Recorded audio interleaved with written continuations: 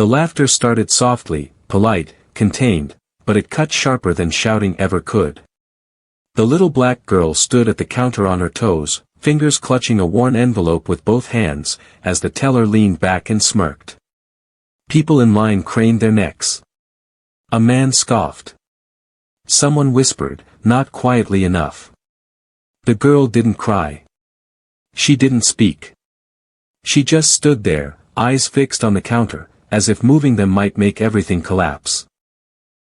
From the glass-walled office above the floor, a man who owned half the city watched the scene unfold, and slowly stopped breathing. The teller tapped the edge of the envelope against the counter, once, twice, like she was testing whether it might fall apart on its own. "Sweetheart," she said, dragging the word out, "where are your parents?" The little black girl swallowed.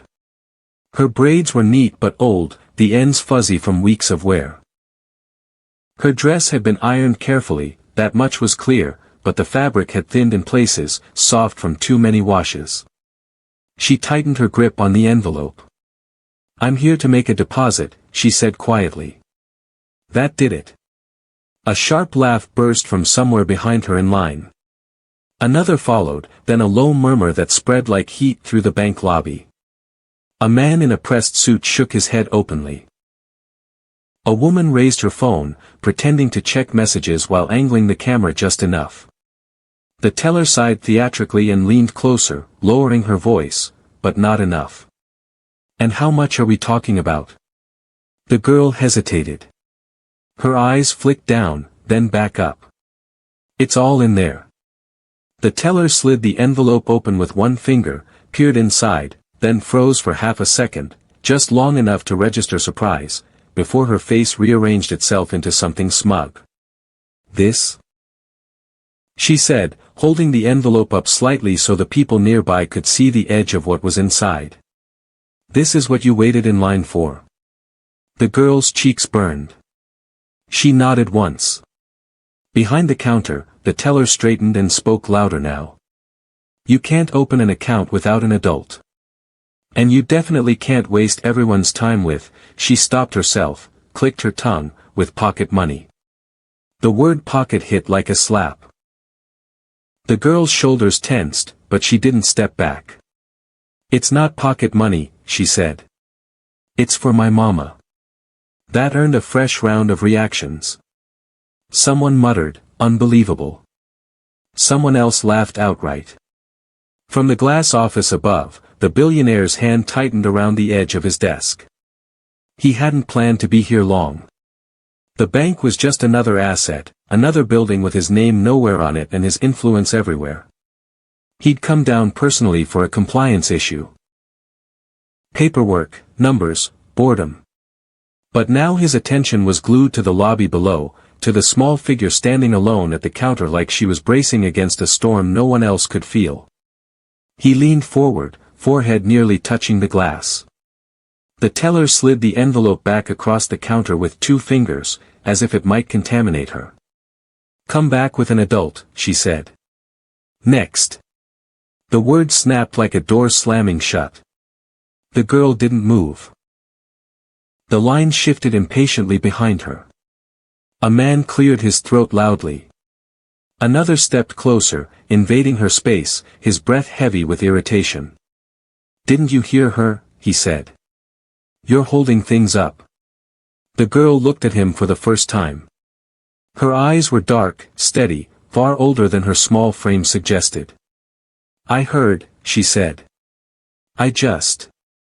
I was told to bring it today." "And who told you that?" the teller asked, arms folding now. "My mama," the girl replied. "Before she went to the hospital." That slowed the room, just a fraction. Not enough to soften it. Not enough to stop what came next. "Well," the teller said, shrugging, "rules are rules." The billionaire felt something cold settle in his chest. Rules. He'd built empires by bending them, breaking them, rewriting them entirely. And here was a child being crushed beneath them for daring to stand still. Down below, the girl carefully slid the envelope back toward herself. Her fingers shook this time. She turned as if to leave, and that's when someone laughed again, louder than before. "Look at her shoes," a woman whispered, not bothering to hide it. "Why do they even let kids like that in here?" The girl's foot caught slightly as she turned. She steadied herself, shoulders stiff, chin lifted too high. She didn't look at anyone. She walked toward the door with small, controlled steps, as if every movement had to be measured to keep her dignity from spilling onto the floor. The security guard near the entrance glanced at her, then away. No help there. The billionaire stood abruptly, chair scraping back. His assistant, seated nearby, looked up in surprise. "Sir." He didn't answer. Through the glass, he watched the girl reach the door, pause, and look back once, just once, at the counter. Not with anger. Not with tears. With something quieter. Something like disbelief. Like she was trying to understand how a building could be so big and people inside it so small. The automatic doors slid open. And in that moment, the billionaire made a decision he hadn't made in years. Not one driven by profit. Not one calculated by risk. But one sparked by silence, and the unbearable weight of everyone who had chosen it. The doors hadn't even finished closing behind the girl when the billionaire was already moving. He didn't rush, not outwardly. Years of command had trained the urgency out of his stride. But something sharp and restless moved beneath his calm, a pressure behind the ribs that refused to be ignored. He pressed the button for the private elevator instead of the stairs, eyes still fixed on the lobby through the glass. "Cancel my next meeting," he said flatly. His assistant blinked. "Sir, the regional directors can wait." The elevator doors slid shut. By the time they opened again on the ground floor, the girl was gone. The lobby had resumed its hum. Keyboards clicked. Pens scratched. The line advanced as if nothing unusual had happened. The teller was already smiling again, voice sugary, posture relaxed. The billionaire stepped out, and the air shifted. It always did, when he entered a room. People didn't always recognize him immediately, but something in his bearing triggered instinct. Heads turned. Conversations thinned. The security guard straightened. He walked directly to the counter. The teller looked up, smile ready, then faltered when she saw his face. "Yes, sir," she stammered. "How can I help?" "Where is the child who was just here?" he asked. The words were calm. The tone was not. The teller glanced toward the door, then back at him. She left." "Why?" A pause. "Too long." "She didn't meet the requirements," the teller said, lifting her chin slightly, defensive now. "We followed policy." "Policy," he repeated. The line behind him had stopped moving. Phones were no longer being hidden. People leaned in openly now. He placed both hands on the counter and leaned forward just enough to lower his voice. "What was in the envelope?" The teller swallowed. "I didn't count it. That wasn't my question." Her eyes flicked toward her supervisor's desk. The supervisor had gone very still. "It was cash," the teller said. "Not much." The billionaire nodded slowly, as if filing the answer away. Then he straightened and turned, not to the teller, but to the room. "Did anyone hear what she said?" he asked. Silence. A thick, suffocating silence, the kind people used to protect themselves. He let it hang. "Then, she said the money was for her mother." "Who is in the hospital?" A woman near the back shifted uncomfortably. A man looked at the floor. The billionaire exhaled through his nose. "I see." He turned back to the teller. "Get me her account manager." "She doesn't have one," the teller said quickly. "She's a minor." The billionaire smiled then, but it didn't reach his eyes. "No," he said. "Get me my account manager." That did it. The supervisor rushed forward, pale. "Mr. Hale, sir, I can explain." Later, the billionaire cut in. "Right now, I want to know where that child went." The security guard cleared his throat. "She headed east, sir. On foot." The billionaire nodded once and turned sharply toward the doors. Outside, the afternoon sun was unforgiving. The sidewalk buzzed with traffic and movement, but the girl was easy to spot once he saw her, small, deliberate, walking fast without running. Her shoulders were still tight, like she hadn't exhaled since leaving the bank. He followed at a distance. Not because he feared her reaction, but because he wanted to see what she would do when she thought no one was watching. She stopped at a corner and waited for the light, clutching the envelope to her chest. A car splashed water near her feet. She didn't flinch. When the light changed, she crossed, eyes forward, jaw set. She turned down a side street, past a row of shops, then another. The city changed quickly here. Cleaner storefronts gave way to cracked pavement. The sounds thinned. Finally, she stopped in front of a bus stop bench and sat down. Only then did her composure crack. Not into tears, into stillness. She stared at the envelope for a long moment, then pressed it flat against her lap with both hands, like she was afraid it might disappear. Her lips moved silently. Counting, maybe. Or praying. Or both. The billionaire stepped closer.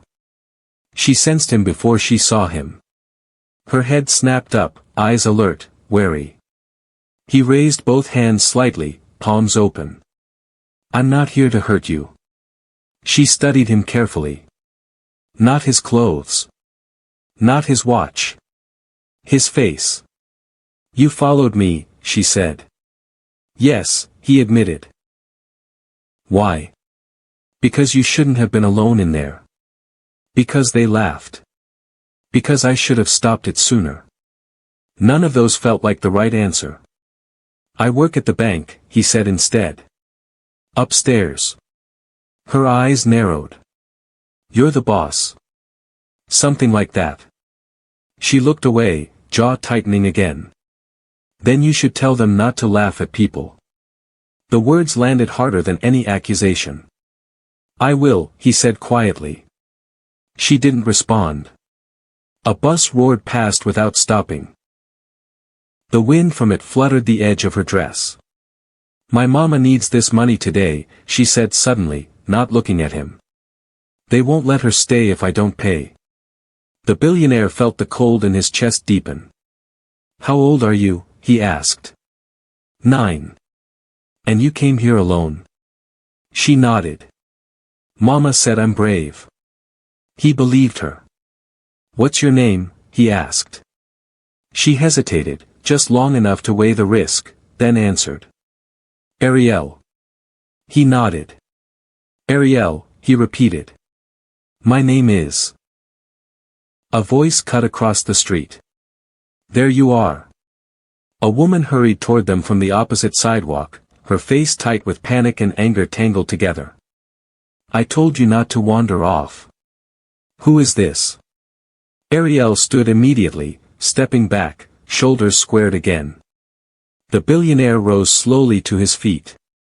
The woman's eyes flicked over him, suspicious. "Why were you talking to my niece?" "Because," he said evenly, "someone just humiliated her in a building I own." The woman froze. Around them, the city kept moving. Cars passed. People walked by. But in that small pocket of space, the air went very still. And for the first time since the bank, Ariel wasn't standing alone.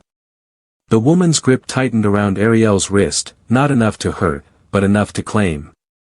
Her eyes never left the billionaire's face. "You own that bank?" she asked. "Yes," he said. A beat passed. Then another. The woman let out a short, humorless laugh. "Figures." Ariel shifted slightly, uncomfortable. "Auntie, he didn't." "I know," the woman said quickly, cutting her off without looking down. I know. Then to the billionaire, people like you don't usually follow children down the street unless there's a reason. That's fair, he replied. She studied him harder now. The lines around her eyes spoke of long nights and longer worries. Hospital worry, he guessed. The kind that settles into your bones. She tried to make a deposit, the woman said. Didn't she? Yes. They laughed at her, Ariel added softly. The woman closed her eyes for a brief second. When she opened them, something fierce lived there. Of course they did. The billionaire felt the sting of it land squarely on him, on his name, his building, his system. I'm sorry, he said. That shouldn't have happened. Sorry doesn't fix my sister's hospital bill, the woman snapped. Ariel flinched. The billionaire noticed. I'm not here to hand you charity, he said evenly. I'm here to fix what was broken. By writing a check, the woman asked, folding her arms. No, he said. By making the bank do its job. She hesitated. What does that even mean? It means Ariel can make that deposit. Today. Ariel's head lifted. I can. Yes. The woman's suspicion deepened. And what do you get out of this? He met her gaze without flinching. Sleep. That answer threw her off. She looked away briefly, then back at Ariel. Is this true? She asked her niece. Ariel nodded. He saw everything. The woman exhaled slowly. All right, she said. But I'm coming with you. Good, the billionaire said. I'd be concerned if you didn't. The walk back to the bank felt heavier than the walk away. People on the sidewalk gave them space without knowing why. The glass doors reflected the three of them as they approached, child in the middle, adult on either side. A quiet symmetry. Inside, the lobby froze again. The teller looked up, and went pale. The supervisor straightened so fast she nearly knocked her chair over. Mr. Hale. Clear the counter, he said. The line behind it dissolved quickly. Ariel stepped forward, her aunt close behind. The teller's smile was gone now, replaced by tight professionalism. I apologize for earlier, the teller said stiffly. Ariel didn't answer. The billionaire leaned in slightly. You will apologize to her, he said. Not to me. The teller's jaw worked. Then, I'm sorry, she said, eyes on Ariel. I shouldn't have spoken to you that way. Ariel studied her for a long moment. Okay, she said quietly. It wasn't forgiveness. It was closure. The billionaire nodded once. Process the deposit. Yes, sir. The envelope was opened again, but this time, the room felt different. The counting was careful. The machine hummed. Numbers appeared on the screen. The teller blinked. Once. Twice. She cleared her throat. This amount qualifies for an expedited medical hold waiver. The aunt's breath hitched. What does that mean? It means, the billionaire said, the hospital gets paid today. Ariel's fingers tightened around the edge of the counter. The supervisor leaned in, whispering urgently to the teller. The teller's eyes darted, then widened. Sir, she said softly. There's a discrepancy. The billionaire straightened. Explain. The funds, she said, voice low now. They didn't come from a single source. The room leaned in again. The aunt turned sharply to Ariel. What did you do? Ariel looked down. I asked. Asked who? Everybody, she whispered. At church. At school. The bus stop. I told them my mama was sick. The billionaire felt something twist painfully in his chest. The teller continued, multiple small bills. Coins. Some checks endorsed to her mother. The aunt covered her mouth. Ariel finally looked up, eyes shining but dry. I didn't steal, she said quickly. They gave it to me. I know, the billionaire said firmly. The supervisor cleared her throat. Sir, this could raise compliance flags. The billionaire turned to her slowly. Then clear them. Sir. I said clear them. The supervisor nodded. Behind them, whispers erupted, different now. No laughter. Curiosity. Awe. Shame. The teller finished the process and slid the receipt across the counter. Ariel stared at it like it might bite. It's done, the billionaire said gently. Your mother is covered. Ariel's breath came out in a rush. Her knees wobbled. Her aunt caught her just in time, pulling her close. I'm proud of you, she whispered fiercely. The billionaire watched them, then turned back toward the lobby, toward the people who had watched, laughed, and stayed silent. This building, he said, voice carrying, will remember this. No one spoke.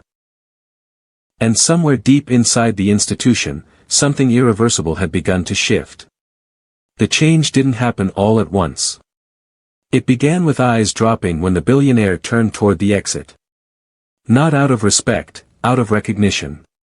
People were suddenly aware of themselves in a way they hadn't been 10 minutes earlier. Of what they'd laughed at. Of what they'd ignored.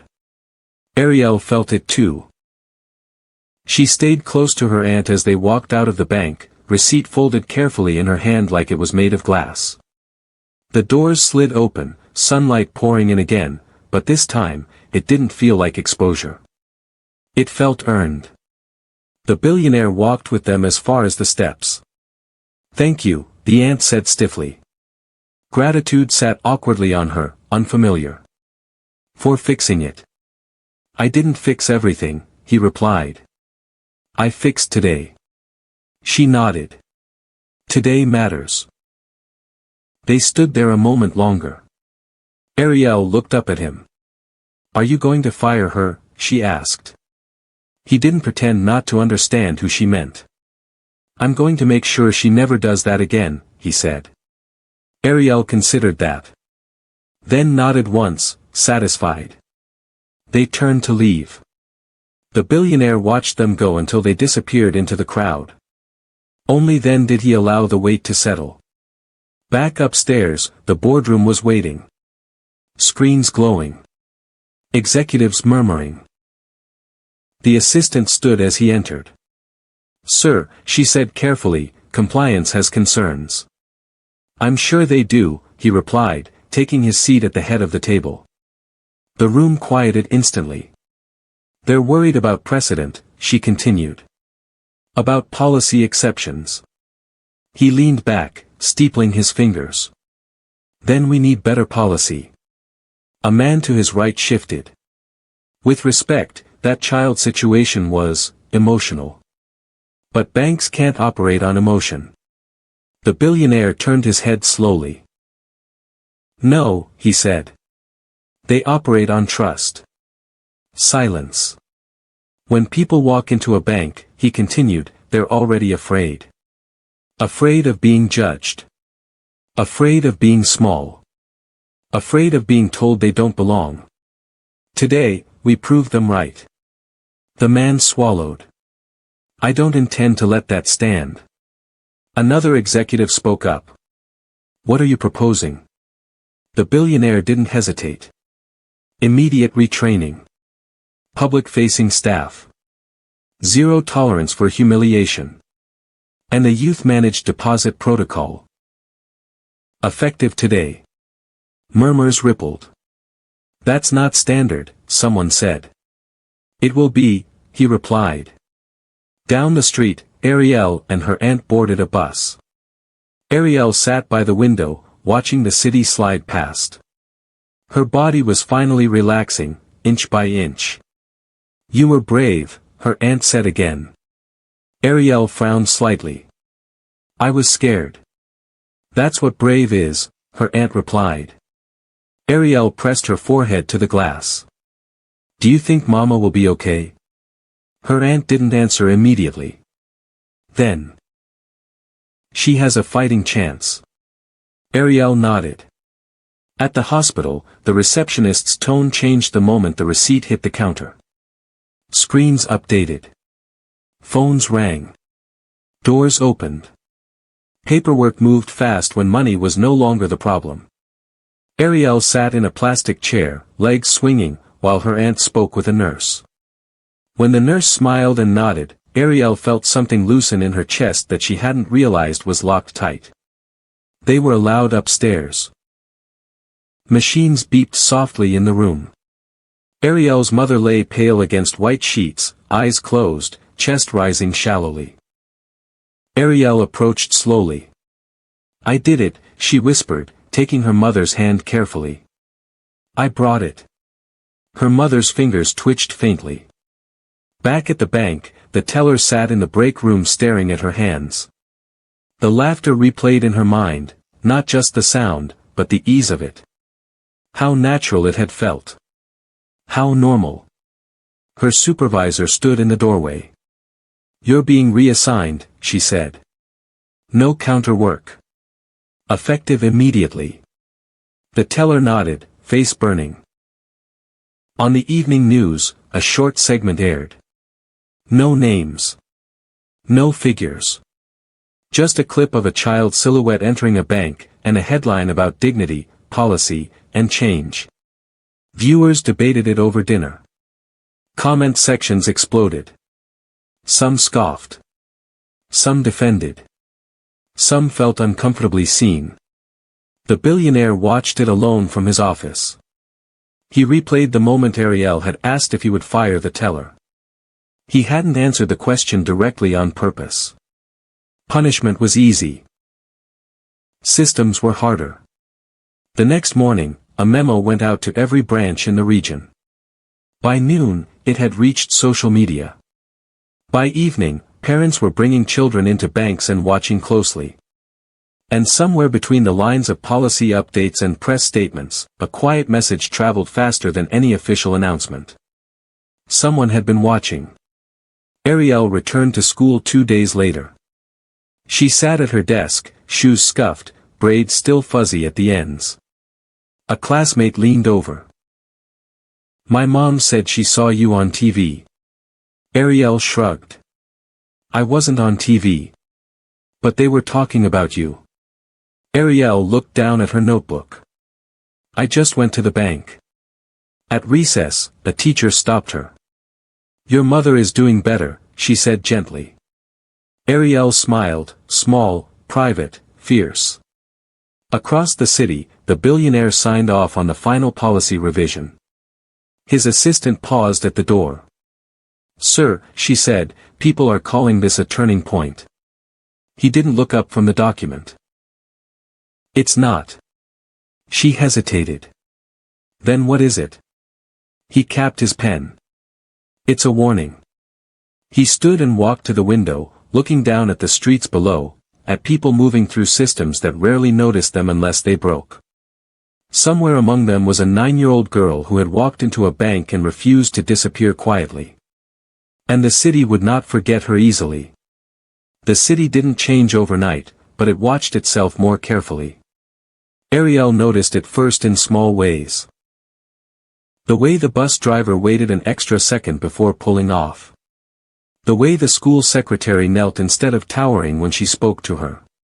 The way adults paused, just briefly, when she entered a room, as if recalibrating how much space a child was allowed to take. She didn't know why. She only felt it. Her mother was still weak, still tethered to machines and schedules and whispered conversations, but the danger had receded. When Ariel visited after school, she brought drawings and quiet stories and the receipt, which her mother insisted on keeping folded beneath her pillow like proof the world hadn't completely slipped its grip. One afternoon, a nurse stopped Ariel in the hallway. You're the brave one, she said with a smile. Ariel frowned. I just did what I had to. The nurse watched her walk away, smaller than the courage people had already assigned her. Across town, the bank was under a microscope. Staff meetings grew tense. Training videos were replayed with uncomfortable pauses. Phrases like implicit bias and customer dignity echoed through rooms that had never made space for them before. Some employees rolled their eyes. Others shifted in their seats, suddenly aware of old habits they'd never named. The teller avoided mirrors. The supervisor avoided reporters. And the billionaire avoided praise. Requests for interviews piled up. Think pieces bloomed online. Some called him a hero. Others accused him of staging the entire thing. He ignored them all. Instead, he reviewed footage. Not of Ariel, but of the lobby. He watched the moment the laughter started. Not just who laughed, but who didn't. Who looked away. Who leaned in. Who chose silence because it was safer than being decent. Those faces stayed with him. At a private dinner, another executive raised a glass. To good optics, he said lightly. The billionaire didn't raise his. Careful, he replied. That word is how rot survives. The table went quiet. Meanwhile, Ariel's world tightened again around ordinary things. Homework. Spelling tests. The soft ache in her chest when her aunt's phone rang too late at night. She didn't feel brave. She felt tired. Sometimes she wished she'd never gone to the bank at all, wished her courage hadn't made her visible. Visibility was loud. At school, a boy mimicked counting coins one afternoon. Hey, bank girl, he said, grinning. Ariel stared at him for a long second. Then she walked away. That night, she cried quietly into her pillow, embarrassed by tears that felt like betrayal. Her aunt sat beside her. You don't owe the world strength every day, she said. But they think I'm supposed to have it, Ariel whispered. Her aunt pulled her close. That's their mistake.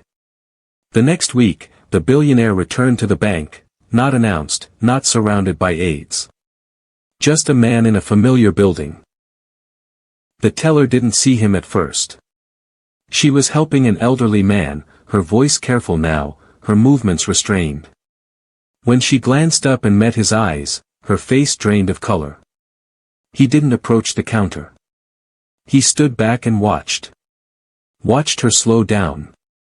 Watched her explain without condescension. Watched the man leave with a small smile of relief. When the teller's break came, she found him waiting near the side corridor. I'm not here to threaten you, he said before she could speak. Or to absolve you. She nodded stiffly. I know. You embarrassed a child, he continued. In public. For entertainment. Her hands trembled. I didn't think. That's the problem, he cut in. You didn't. She swallowed hard. I can do better. You already are, he said. The question is whether it lasts when no one is watching. He walked away without waiting for an answer. That same day, a letter arrived at the hospital. Not addressed to the billionaire. Not addressed to the bank. Addressed to Ariel. Her aunt read it twice before handing it over. It wasn't long. No signature. No money. Just a sentence written in careful print. Thank you for standing when I sat down. Ariel traced the words with her finger. She didn't know who sent it. She didn't need to. That evening, she sat beside her mother's bed and read it aloud. Her mother smiled faintly. You helped someone too, she murmured. Ariel thought about that. About how small actions could ripple outward, not as inspiration, but as disruption. Weeks passed. The news cycle moved on. Another outrage. Another clip. Another argument. But policies stayed changed. People remembered, especially those who had laughed. One morning, Ariel returned to the bank. Not alone. Her aunt walked beside her. Her mother, still weak but upright, held Ariel's other hand. They moved slowly, deliberately, through the doors. The lobby felt different. Quieter. The teller looked up. Recognition flashed across her face, followed by something else. Respect. Or fear. Or maybe both. "Good morning," the teller said carefully. Ariel stepped forward. "I'm here to make a deposit," she said. The teller nodded and cleared the counter without hesitation. As the transaction processed, Ariel felt her heartbeat steady. She wasn't 9 in that moment. She was simply a person being heard. Upstairs, the billionaire watched through the glass again. This time, he didn't feel anger. He felt vigilance. Because stories like Ariel's didn't end when the cameras left. They ended only when the watching never stopped. The deposit went through without hesitation. No sighs. No looks exchanged. No laughter waiting to see if it had permission to return. Ariel watched the numbers appear on the screen, felt the quiet hum of the machine beneath the counter, and realized something strange: her hands weren't shaking this time. The teller slid the receipt across gently. "All set." Ariel took it. "Thank you." "You're welcome," the teller replied, and this time the words didn't feel rehearsed. As they turned to leave, a woman from the line behind them stepped forward. Middle-aged. Well-dressed. Nervous. "I just wanted to say," she trailed off, looking at Ariel's mother, then back at Ariel. "My son laughed that day. At home. When he told me, her voice tightened. "I'm sorry." Ariel didn't answer right away. She looked up at her mother instead. Her mother squeezed her hand lightly. A quiet permission. Ariel nodded once to the woman. "Okay." The woman's eyes filled. "Thank you." Outside, the air felt lighter, though nothing about their lives had suddenly become easy. Bills still existed. Recovery still took time. Fear still crept in at night. But something had shifted beneath it all, a foundation reinforced. Across the street, the billionaire watched them leave. He didn't follow this time. He stayed where he was, observing the bank as a living thing, one that could either calcify or evolve depending on how closely it was watched. His assistant approached quietly. "The board approved the last measures," she said. "Some weren't happy." "They shouldn't be," he replied. She hesitated. "You could step back now. Let it settle." He shook his head. "That's how it decays." He turned from the glass and picked up his jacket. That afternoon, he visited 3 branches unannounced. In one, a child was helped patiently. In another, a woman was rushed through with irritation masked as efficiency. In the third, a manager intervened when a customer's tone turned sharp toward a teenage boy. Patterns revealed themselves quickly when you looked long enough. That evening, Ariel sat on the floor at home coloring while her mother rested on the couch. The TV murmured in the background, news, then commercials, then silence. "Ariel," her mother said softly. "Do you remember what you felt in the bank? Before the man came?" Ariel nodded. "Small." Her mother reached out, brushing a braid from Ariel's face. "Promise me something." "What?" "Don't let the world convince you that feeling small is your fault." Ariel thought about that for a long time. At school, the teasing didn't stop entirely, but it dulled. Some kids avoided her. Others asked too many questions. A teacher pulled her aside and asked if she wanted to speak at assembly. Ariel said no. Visibility was still loud. Weeks later, a class field trip took them, of all places, past the bank. The building loomed the same. Glass. Stone. Authority. A boy whispered, "That's where it happened." Ariel felt every eye slide toward her. She didn't stop walking. Inside the bank, a new poster hung near the entrance. Simple. No logo dominance. No corporate language. Every customer deserves dignity. No exceptions. Some people barely noticed it. Others read it twice. Upstairs, the billionaire approved the final phase of changes. Permanent oversight committees. Anonymous reporting channels. Consequences with teeth. His assistant watched him sign the last document. Do you think it'll last? He paused. Then said, only if people remember why it exists. That night, a gala honored leadership in ethical finance. The billionaire didn't attend. Instead, he sat in his office watching the city lights flicker on one by one.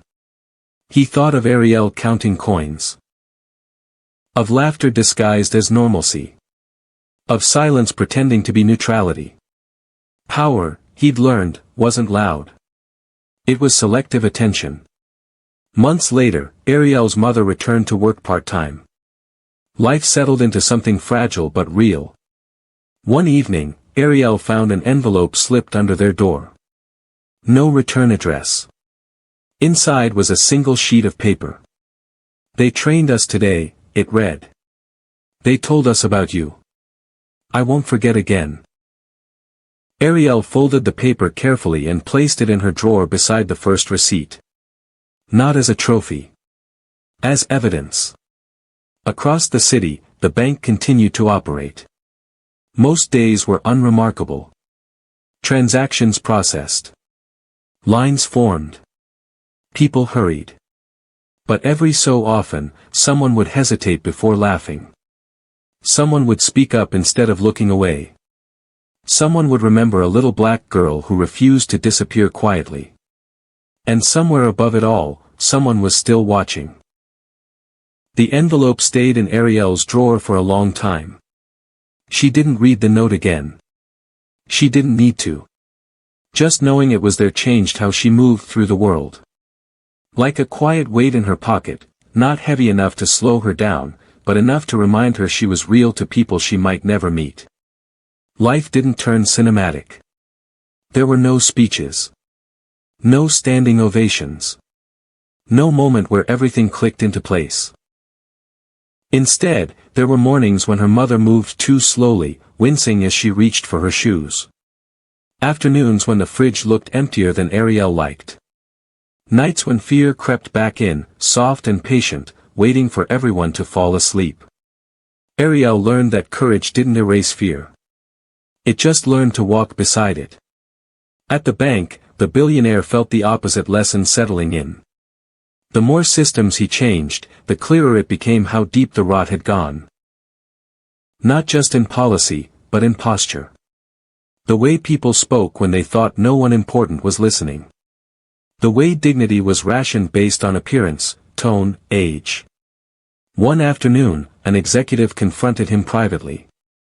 "You've made your point," the man said carefully. "Continuing this level of scrutiny sends the wrong message." To whom? The billionaire asked. To staff. To investors. It suggests distrust. The billionaire looked at him for a long moment. It suggests memory.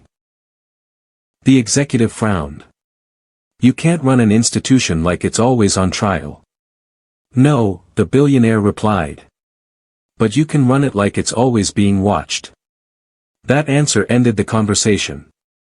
Across town, Ariel's class prepared for a writing assignment. Describe a moment that changed how you see the world. Ariel stared at the blank page longer than most. She didn't write about the laughter. She didn't write about the man upstairs. She wrote about standing still when everyone wanted her to move. When she turned it in, her hands shook again, not from fear, but from exposure. The teacher read it twice. She didn't mark it with praise or stars. She simply wrote one sentence at the bottom. You didn't imagine this. That night, Ariel slept deeply for the first time in weeks. The next month brought another test. A different bank. A different branch. A different city. Her aunt asked Ariel to come along while she tried to cash a check. Just in case, she said lightly. The lobby was smaller. Older. The clerk behind the counter barely looked up. "ID," he said. Her aunt handed it over. The clerk glanced from the card to her face, then frowned. "This check is large." "Yes," her aunt replied. "It's payroll." He sighed. "We'll need to verify." Minutes passed. People stared. Ariel felt the old tension rising, familiar and unwelcome. She watched her aunt's shoulders tighten. She watched the clerk's impatience sharpen. Ariel stepped forward before she could stop herself. "Is there a problem?" she asked. The clerk finally looked down at her. Really looked. "No," he said, uncertain now. "Just procedure." Ariel nodded. "Okay. We can wait. But please don't talk to my aunt like she's doing something wrong." The lobby went quiet. The clerk blinked. Cleared his throat. "You're right," he said. "I apologize." The check was processed without further delay. Outside, her aunt stared at her. "When did you get so steady?" Ariel shrugged. "I know what it feels like when it's starting." That night, the billionaire received a report from a regional monitor. It flagged a minor incident, resolved quickly, respectfully. No escalation needed. He smiled faintly. Not because of success. Because of continuity. Years later, Ariel would barely remember the teller's face. She would forget the exact words people used. Memory softened sharp edges over time. But she would never forget the sensation of standing in a room that wanted her to shrink, and choosing not to. And the billionaire would never forget the moment he realized power wasn't proven by stepping in. It was proven by what happened when you didn't have to anymore. The city kept moving. Banks opened and closed their doors each day. Children walked into places that weren't built with them in mind. Some were still laughed at. But fewer than before. And somewhere between policy and presence, between silence and choice, the space Ariel had claimed remained, quiet, stubborn, and impossible to erase. The first time Ariel realized people were watching her, it wasn't in a bank. It was at a grocery store.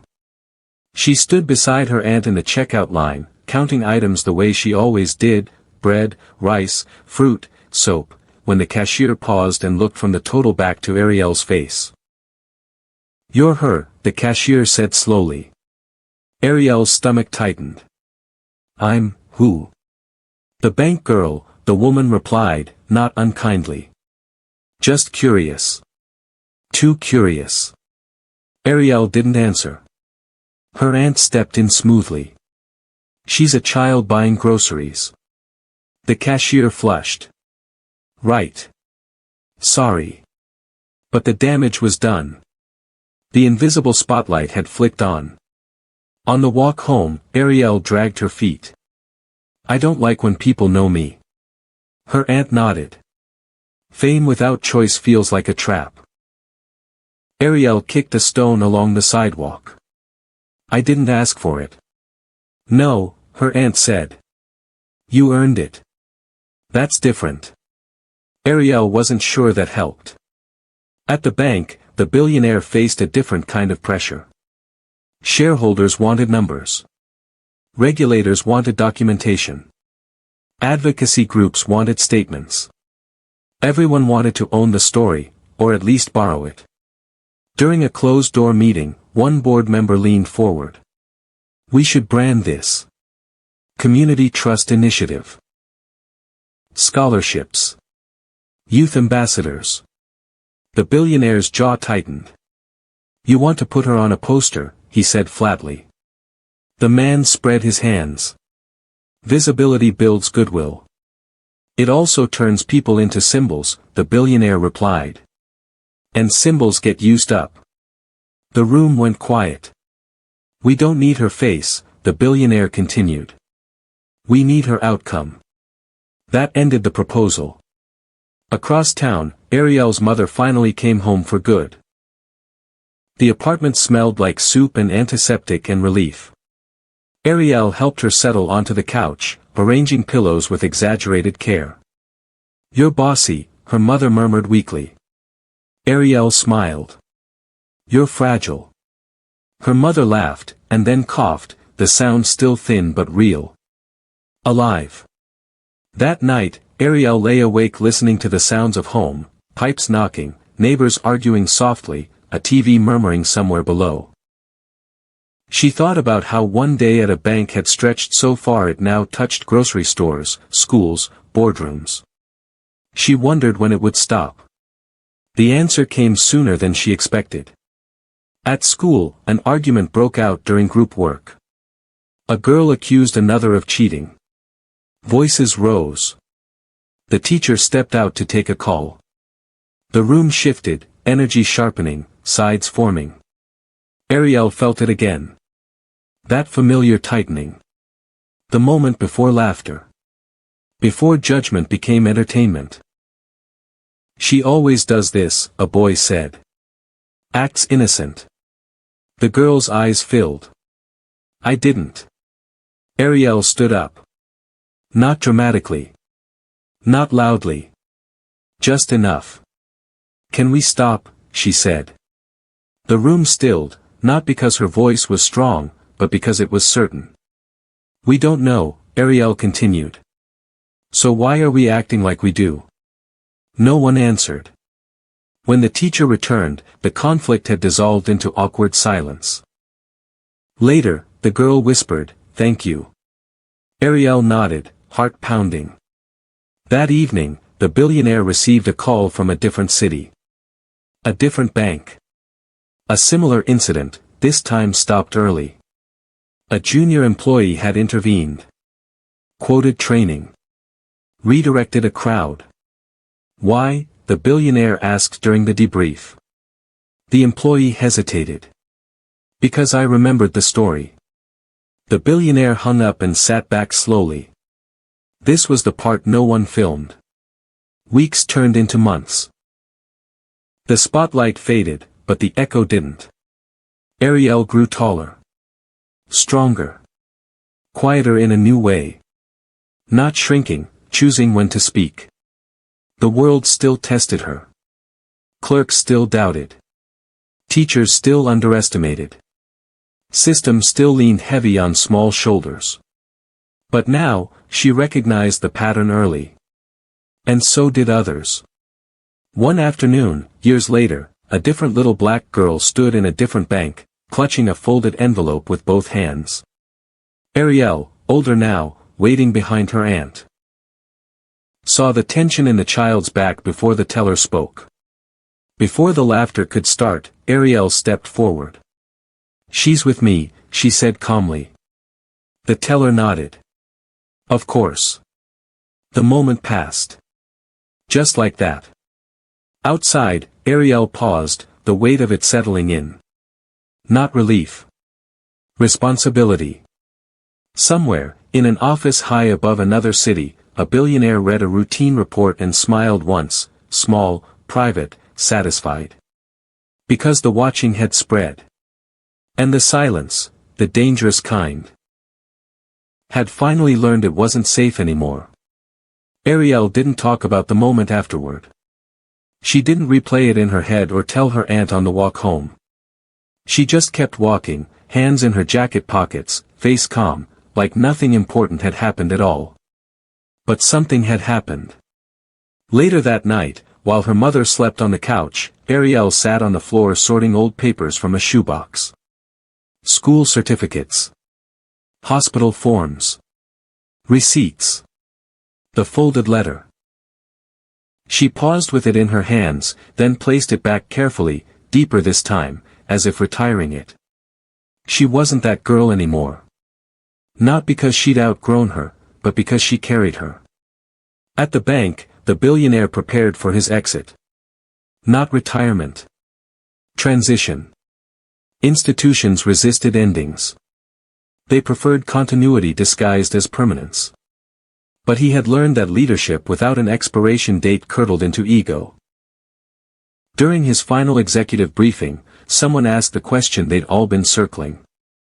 What happens when you're not here to watch? The billionaire didn't answer immediately. He looked around the room. At the systems he'd reinforced.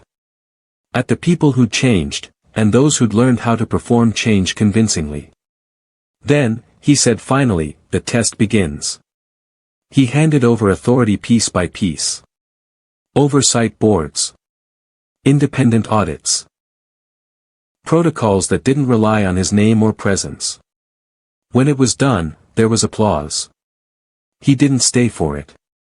Across the city, Ariel stood on a small stage in her school auditorium, not because she wanted to, but because her mother asked her to attend an awards assembly.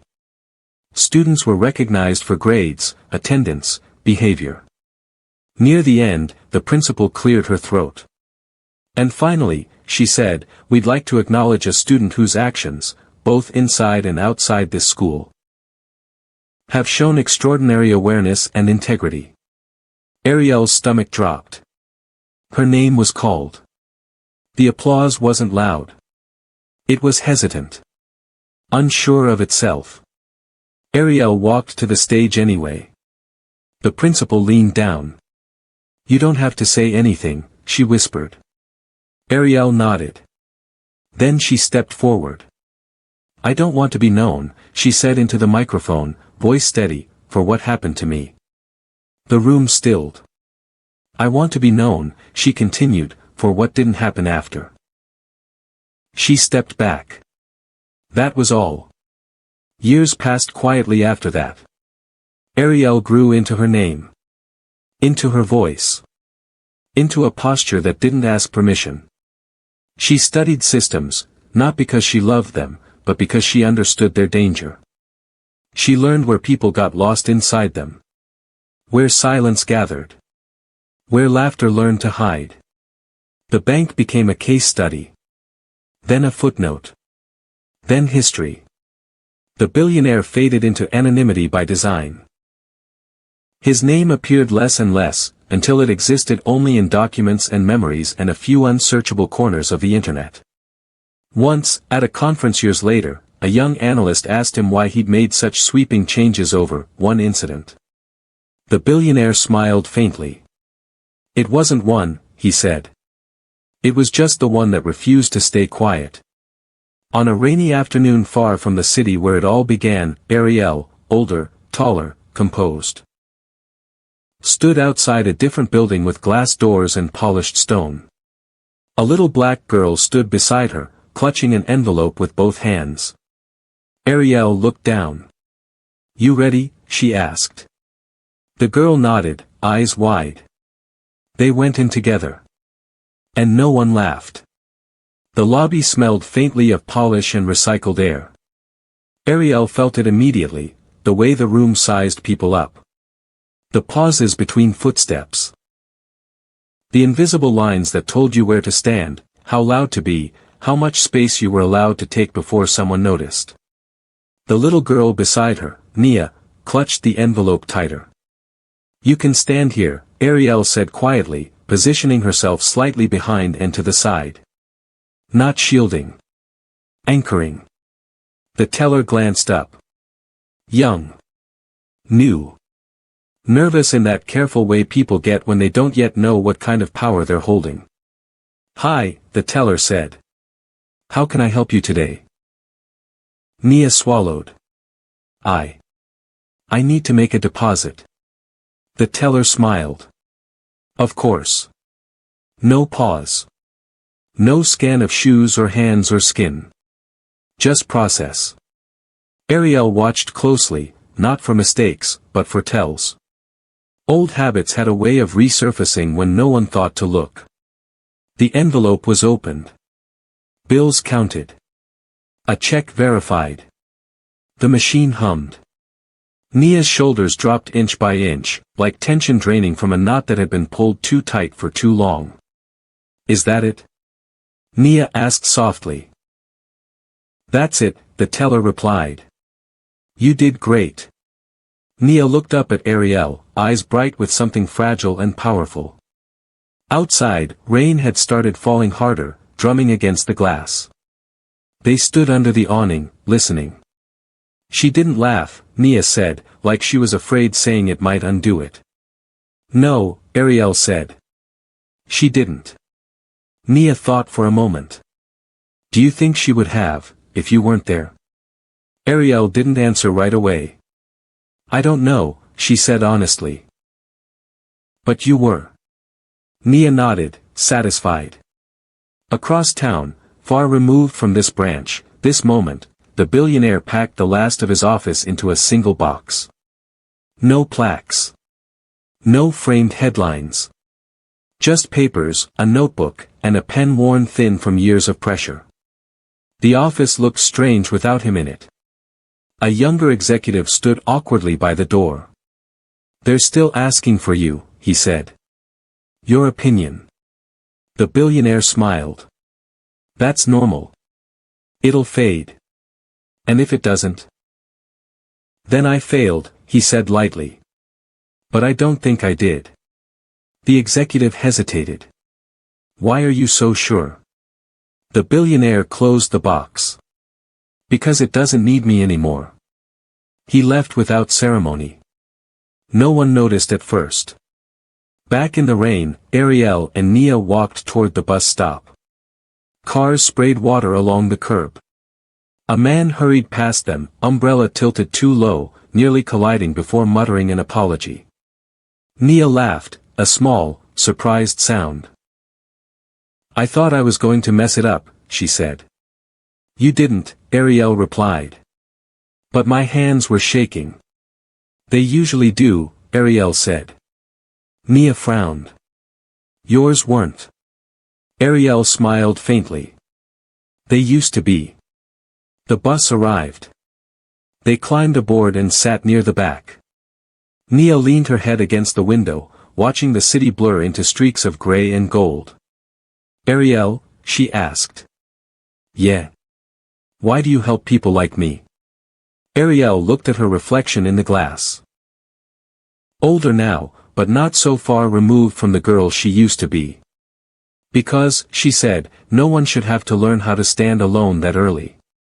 Nia nodded, eyelids drooping. When they got off, the rain had slowed. The streetlights flickered on, reflected in puddles like scattered stars. They parted ways at the corner. Nia waved, envelope tucked safely under her arm. Ariel watched her go until she disappeared into the glow of a storefront.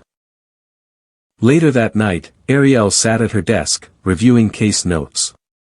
She worked quietly now, deliberately, in rooms where decisions were made before consequences showed their faces. She paused, pen hovering, then opened a drawer.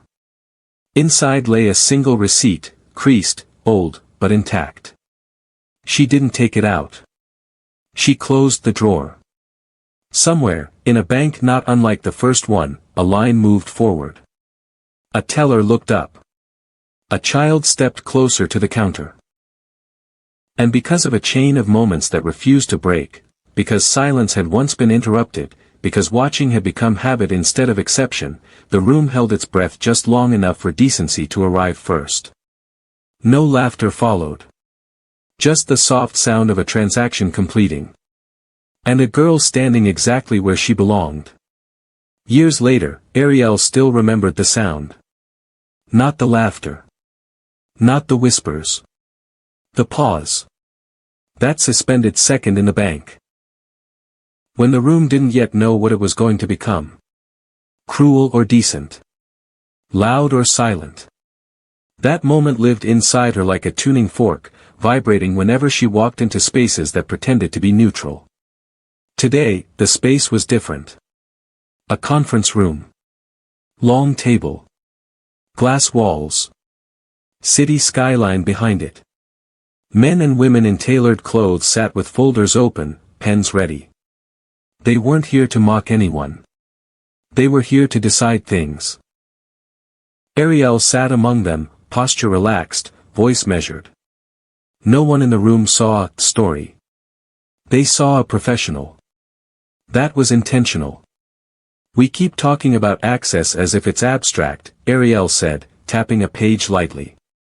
It isn't. It's physical. It's emotional. And it starts at the counter. A man across from her frowned. We've implemented protocols. Training. Oversight. Yes, Ariel replied. But you still reward speed over care. You still measure success by how fast people move along. The room shifted. And when speed becomes the priority, she continued, the smallest people are always the first to feel like a problem. No one laughed. That mattered. After the meeting, Ariel stood alone by the window, watching traffic coil through the streets below. The city looked the same from up here. That was always the illusion. Change rarely altered the skyline.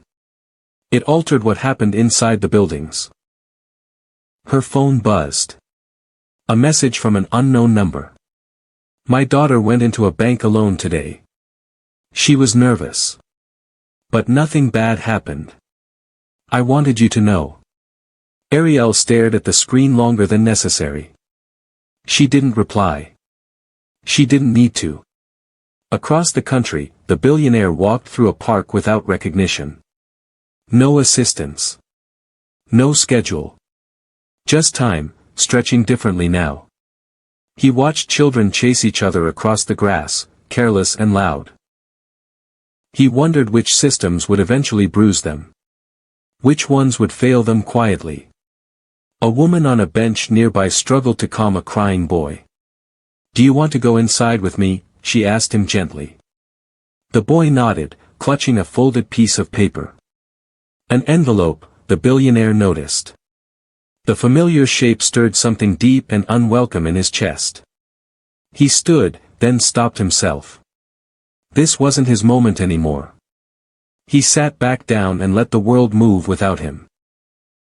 That evening, Ariel visited her mother. They sat at the kitchen table drinking tea. The apartment was warmer now. Fuller. Alive in a way it hadn't been before. You still keep it? Her mother asked softly. Ariel nodded. I don't look at it. But you know where it is. Yes. Her mother smiled. That's enough. Outside, a siren wailed and faded. Somewhere nearby, a door slammed. Life continued in its uneven rhythm. Ariel walked home later, passing a bank on the corner. Automatic doors slid open as someone exited. Inside, a child stood on tiptoes at the counter, mother beside him, teller leaning forward patiently. Ariel slowed, but didn't stop. She didn't need to watch this one. Some stories ended not with applause or triumph, but with absence. With the quiet relief of knowing harm didn't happen. That dignity passed through a room unnoticed because it had become ordinary. And that was the rarest victory of all. The city hummed. The systems held. The pause arrived, and this time, it chose correctly. The letter arrived on a Tuesday. No return address. No logo. No explanation.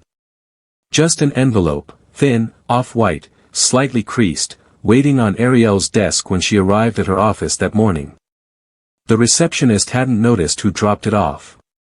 Security cameras caught nothing useful. It was as if the city itself had slipped it under her door. Ariel didn't open it right away. She set it beside her laptop and went through her morning routine. Emails. Reports. A call with a regional compliance team that still didn't quite understand why tone mattered as much as numbers. She corrected them anyway. Calmly. Patiently. Only when the office quieted did she finally lift the envelope. Inside was a single page. Handwritten. I was the one who laughed. Ariel's breath slowed. Not out loud. Not like the others. But inside. I remember thinking she didn't belong there. I didn't say anything. I didn't stop it. I went home and told myself it wasn't my problem. Ariel leaned back in her chair. My daughter starts walking to places alone next year. I think about that day every time she leaves my sight. I don't want the world to teach her what I once helped it teach you. I'm sorry. No name. Ariel folded the letter carefully, once, then again, and placed it in her drawer, next to the receipt. Next to the evidence. She didn't feel satisfaction. She felt release. That afternoon, the billionaire read an article on his tablet while waiting for a train. It was buried halfway down the page, beneath politics and markets. Local bank branch praised for youth access policy after incident avoided. No details. No hero. No viral clip. Just absence. He smiled faintly and closed the article. On the train, across from him, a young girl sat swinging her legs, envelope clutched loosely now, confidence slowly replacing fear. Her mother spoke softly beside her. No one stared. No one whispered. The girl caught the billionaire looking and smiled shyly. He nodded once. That was all. Years earlier, he would have stepped in. Intervened. Claimed responsibility. Now, he understood restraint as success. That evening, Ariel walked home through streets she knew by heart. A child darted past her chasing a bouncing ball. A shopkeeper scolded gently. Someone laughed, but not at anyone. Just laughter, unarmed. She passed the original bank. The glass reflected her older face, her steadier posture. For a moment, she saw the 9-year-old too, braids neat, hands tight around an envelope, standing still while the room decided what to do with her. Ariel didn't stop. She kept walking. Behind her, the doors opened and closed. Transactions completed. People came and went, unaware of the weight once carried through that space. And that was the point. Because the greatest reversal wasn't humiliation answered by power. It was humiliation made obsolete. No audience. No permission. No silence left to hide inside. Just a world that had learned, slowly, imperfectly, to pause long enough to choose better. And a little black girl, once mocked, who grew up and made sure the pause never disappeared again. The pause didn't announce itself anymore. That was how Ariel knew it was working. It had stopped being a moment people noticed and started being a reflex, quiet, automatic, unremarkable. The kind of change that didn't trend, didn't headline, didn't congratulate itself. The dangerous kind of change. The lasting kind. Ariel stood in the back of a municipal building, observing rather than participating. Today wasn't about banks. It was about permits, housing access, documentation, the slow machinery that decided who got stalled and who moved forward. A woman stood at the counter with a child no older than 7. The child held a folder with both arms, papers spilling slightly at the edges. The clerk frowned at the documents, tapped a pen, sighed. Here it was. Ariel felt it in her body before anything happened, the familiar tightening, the early warning. She didn't move yet. She watched. The clerk looked up at the woman. You'll need to come back. These forms aren't complete. The woman's shoulders fell. I followed the checklist. The clerk hesitated. Not long. Just long enough. He glanced again at the papers.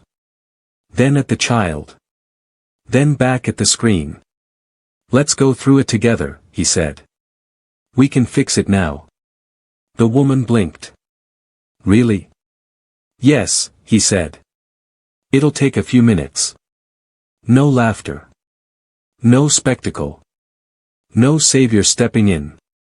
Ariel exhaled slowly. This was the version no one told stories about. Later that day, she met with a junior analyst, fresh, idealistic, still angry in the way people were before they learned how to aim it. Sometimes it feels small, the analyst said. All this work. Like we're just smoothing edges. Ariel nodded. We are. That's enough. It has to be, Ariel replied. Sharp edges cut deepest when people pretend they're normal. The analyst sat with that. Across the city, the billionaire attended a quiet dinner hosted by people who no longer needed his name. Conversation drifted. Laughter came easy. Someone mentioned a policy shift in passing. Didn't that start years ago? A guest asked. The billionaire smiled into his glass. Something like that. No one pressed. He liked it that way.